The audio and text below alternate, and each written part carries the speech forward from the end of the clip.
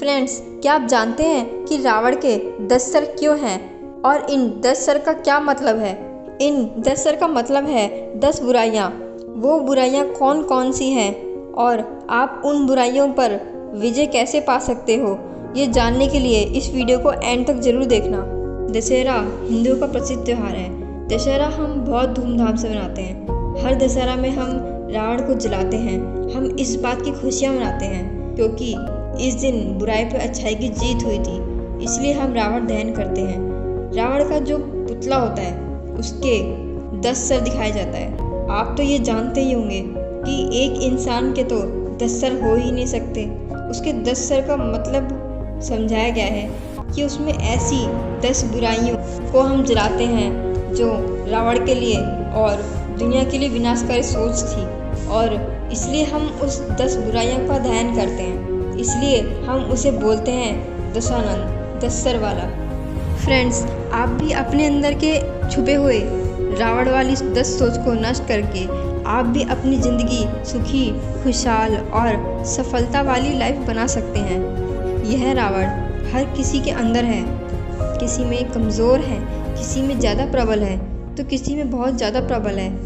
इन 10 सोच को अगर हम ख़त्म करते हैं, बुरी सोच की जगह हम अच्छी पॉजिटिव सोच, क्रिएटिव सोच लेके आते हैं, तो इस संसार में हम खुशहाली, सफल लाइफ लेकर आ सकते हैं। चलिए अब हम जानते हैं कि ऐसी कौन सी 10 सोच है जो आपको बदलना है। दोस्तों, सबसे पहली सोच वो है क्रोध, गुस्सा। क्रोध में हम जो भी डिसीजन लेते हैं वो 99% गलत होता है। क्रोध में लिया हुआ डिसीजन उल्टा पड़ जाता है। रावण एक विद्वान, ताकतवर और धनवान था। उसके बाद उसमें क्रोध था। क्रोध की वजह से उसने बहुत सारे गलत डिसीजन लिए, इसलिए उसकी लंका का विनाश हो गया। इसलिए हमें क्रोध नहीं करना चाहिए। क्रोध की जगह हमको उस टाइम पर पेशेंस, धैर्य, संयम बना कर रखना चाहिए। जब क्रोध आता है तब उस टाइम पे हमें धैर्य और संयम बना के रखना है। धैर्य और संयम बनाकर अगर आप कोई भी डिसीजन लेते हैं तो वो आपके लिए लाभदायक रहेगा। दूसरी सोच है चिंता। दोस्तों, दुनिया में सबकी लाइफ में अलग अलग प्रॉब्लम्स है। ऐसा कोई इंसान नहीं है जिसकी लाइफ में प्रॉब्लम ना हो, और प्रॉब्लम लाइफ में आती रहती है और जाती रहती है। यह प्रक्रिया बनी रहती है। तो इन प्रॉब्लम की वजह से हमें जो चिंता होती है, उस चिंता का सॉल्यूशन है चिंतन, विचार। ऐसी कोई प्रॉब्लम नहीं जिसका सॉल्यूशन ना हो। और जब हम किसी प्रॉब्लम में फंस जाते हैं तो हम सिर्फ चिंता ही करते रहते हैं। हम उसके सॉल्यूशन पर ध्यान ही नहीं देते। आपको ये पता होना चाहिए कि हर प्रॉब्लम का सॉल्यूशन होता है। ऐसी कोई प्रॉब्लम नहीं जिसका समाधान ना हो। अगर हम प्रॉब्लम का समाधान ढूंढने पर ध्यान देंगे तो हम चिंता से मुक्त हो सकते हैं। तीसरी सोच है लालच। आप खुद भी देख सकते हैं कि कोई इंसान जब भी लालच में आया है वो किसी न किसी उलझन, प्रॉब्लम में ज़रूर फंसा है। फ्रेंड्स, सृष्टि के नियम को समझो। जैसा हम करेंगे वैसा हम पाएंगे। लालच की वजह से शॉर्टकट में जो भी हमारे पास आता है हमारे लिए मुसीबत, तनाव और टेंशन लेके आता है। आप कोई भी काम कर रहे हो, अगर कुछ भी आपके पास जायज़ तरीके से आ रहा है, गलत काम से नहीं आ रहा है, तो वह आपके परिवार में सुख और खुशियाँ लाएगा।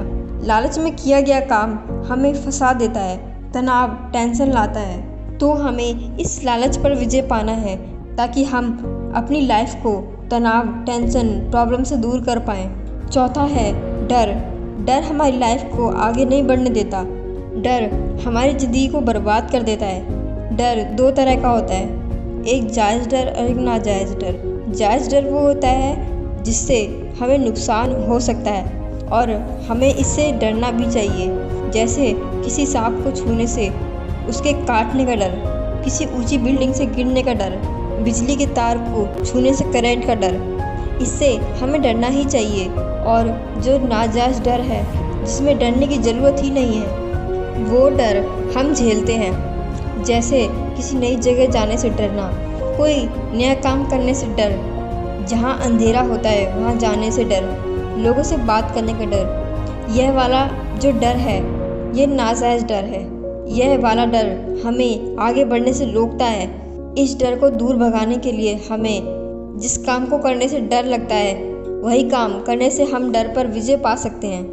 5वां है नफ़रत। हम जो चीज़ लाइफ में चाहते हैं, अगर वो चीज़ किसी दूसरे के पास हो तो हम उस इंसान से नफ़रत करते हैं। अगर कोई अमीर इंसान है तो उससे नफ़रत करने लग जाते हैं। अगर हम लोगों की खुशियों से नफ़रत करेंगे, उनकी बुराई करेंगे, तो हम असल में उनकी खुशियों से नफ़रत कर रहे होते हैं। अगर हम जिस चीज़ से नफ़रत करेंगे तो क्या वह चीज़ हमारे पास आएगी? नफ़रत हमें बुराई से करनी चाहिए, सृष्टि के बनाए हुए इंसान से नहीं। हमें नफ़रत पर विजय पाना है तो हमें सबकी अच्छाई देखनी है। किसी खुशी इंसान से नफ़रत नहीं करनी है, क्योंकि किसी से नफ़रत करना भी एक बुराई है। अगली बुराई है शिकायत। जितनी हम अपनी ज़िंदगी से, अपनी तबीयत से, अपने परिवार को लेकर शिकायत करते रहेंगे, उतना ही हमारी लाइफ में उसके अलावा जो कुछ भी हमें मिला है वो भी बर्बाद होने लगेगा। हम उसके लिए शिकायत करते हैं जो हमारे पास नहीं होता, बल्कि हमें जो कुछ भी इस सृष्टि में मिला है हमें उसके लिए आभार रहना चाहिए, थैंक्स कहना चाहिए। हम क्या करते हैं कि हमें जो मिला है हम उसको इग्नोर करते हैं और जो नहीं मिला उसके लिए ईश्वर से शिकायत करते रहते हैं। अगर हमें शिकायत पर विजय पानी है तो आपको जो मिला है, आपके अंदर जो गुण है, उसको आपको थैंक्स कहना चाहिए। जो चीज़ हमें नहीं मिली है उसकी शिकायत करना एक बहुत बुरी आदत है, ये बुराई है। इस बुराई पर भी आपको विजय पानी है। 7वां है घमंड। रावण को अपनी शक्तियों पर बहुत अहंकार और घमंड था। घमंड हमें अच्छा इंसान बनने से रोकता है। जब किसी इंसान में घमंड आता है तो वह इंसान लोगों को नीचा दिखाने, अत्याचार, अपमान करने लगता है। घमंड करने से हमारी शारीरिक क्षमता और दिमाग का विकास नहीं हो पाता है। हमें किसी भी चीज़ का घमंड नहीं करना चाहिए, क्योंकि जो चीज़ आज है कल नहीं होगी। हमें घमंड पर विजय पाना है, वरना घमंड हमारे परिवार, समाज और जो भी चीज़ हमें मिली है उस सबको हमसे अलग कर देगा। जिसने भी आज तक घमंड किया है उसका घमंड टूटा है, जैसे रावण का घमंड टूटा था। रावण को अपनी शक्तियों का बहुत अहंकार था।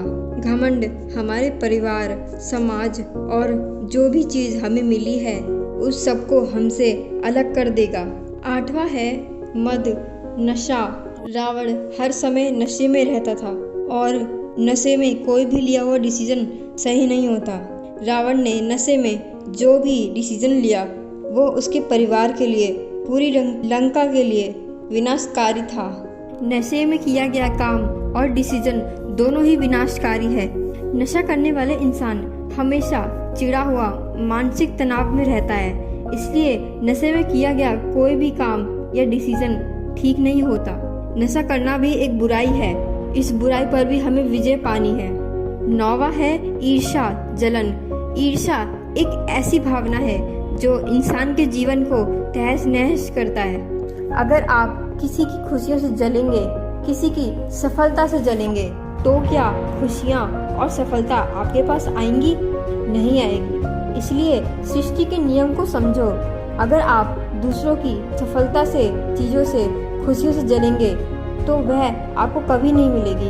आपको किसी से ईर्ष्या नहीं करनी चाहिए, बल्कि उससे आपको सीख लेनी चाहिए कि उसने ये कैसे हासिल किया, मैं भी ये हासिल कर सकता हूँ। तभी आपके पास सफलता और खुशियाँ आएंगी। दूसरों से जलन करना भी एक बुराई है, इस बुराई पर भी हमें विजय पाना है। 10वां है विवेकहीनता, मतलब अच्छे बुरे का ज्ञान।